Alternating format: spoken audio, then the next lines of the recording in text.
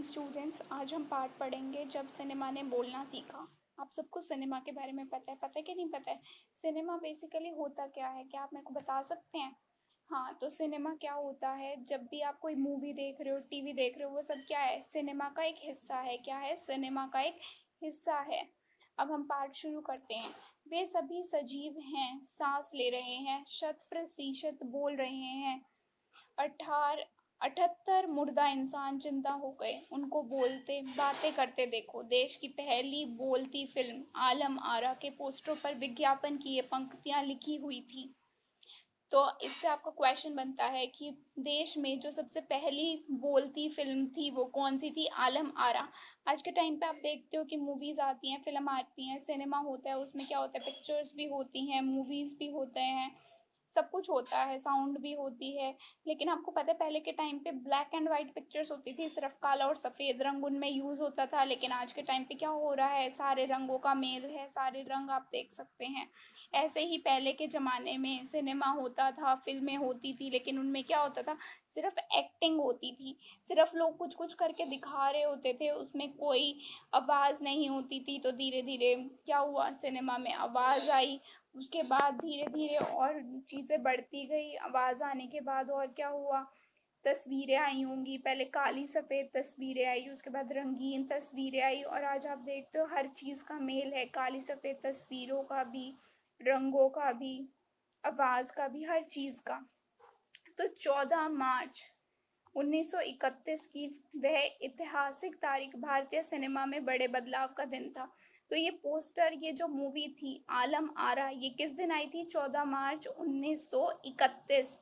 इस दिन पहली बार भारत के सिनेमा ने बोलना सीखा था। इस दिन क्या हुआ था? भारत का जो सिनेमा था उसने पहली बार बोलना सीखा था। मतलब पहली ऐसी फिल्म आई थी, फिल्म का नाम था आलम आरा, जिसमें क्या थी? आवाज़ थी।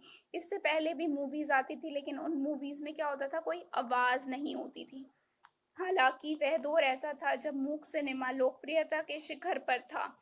उस टाइम पर क्या था? मतलब लोगों को मनोरंजन तो करना ही था, एंटरटेनमेंट तो करना ही था, तो वो सिनेमा तो देखते ही थे। लेकिन उस टाइम पे कैसा सिनेमा था? वो सिनेमा कैसा था? मूक था, मतलब कोई आवाज़ नहीं थी, कोई बोलता नहीं था, कोई आवाज़ें नहीं थी, सिर्फ तस्वीरें थी। सिर्फ तस्वीरों को देख के लोग अपना मनोरंजन करते थे, सिर्फ तस्वीरों वाली फिल्म थी। ठीक है।